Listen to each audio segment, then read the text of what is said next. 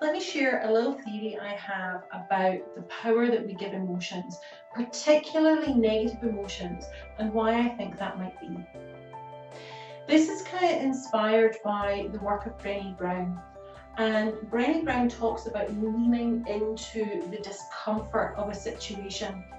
And that kind of inspired me into working with this theory of how we deal differently with what we determine to be positive emotions and negative emotions. So for the purposes of this demonstration, positive emotions are things like happiness or excitement, joy.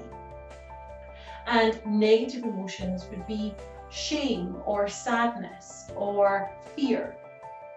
Now, we don't need to get stuck in the semantics of the language here. Let's just move on with the demonstration.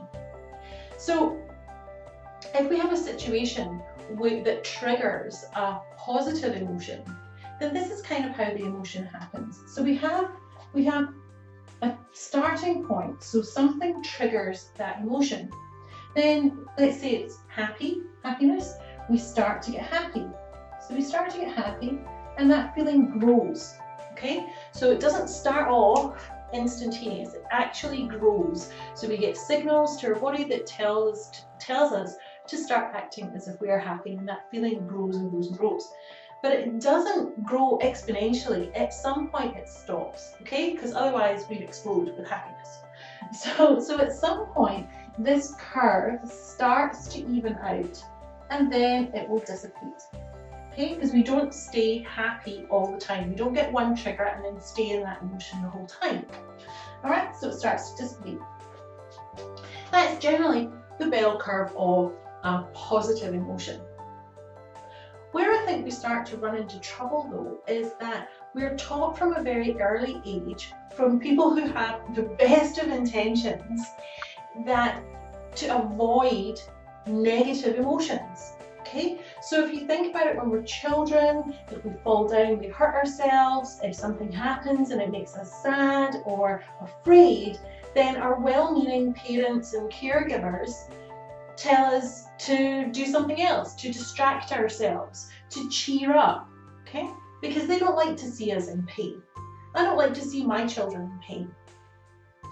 But what happens over time is that we never get to experience negative emotions, so we become a bit afraid of them. And this is where my theory is. So something happens that is going to trigger a negative emotion.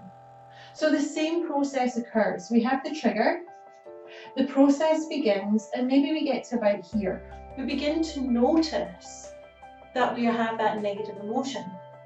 But because we have all the conditioning from childhood that says avoid, avoid, avoid, we go and we distract ourselves and we do something else.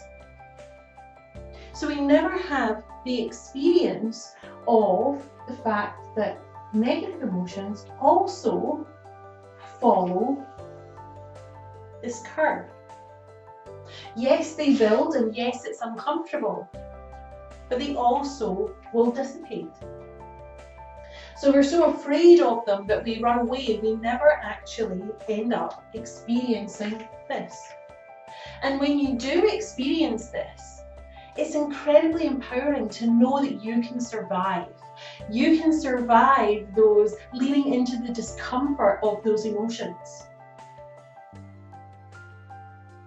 So try it. The next time that you are feeling sad, sit with it, lean into the discomfort of it, and have this experience that you will survive. And the next time that you experience it, it won't be so bad. I'm Lorraine Hamilton from Coach School, and I will see you soon.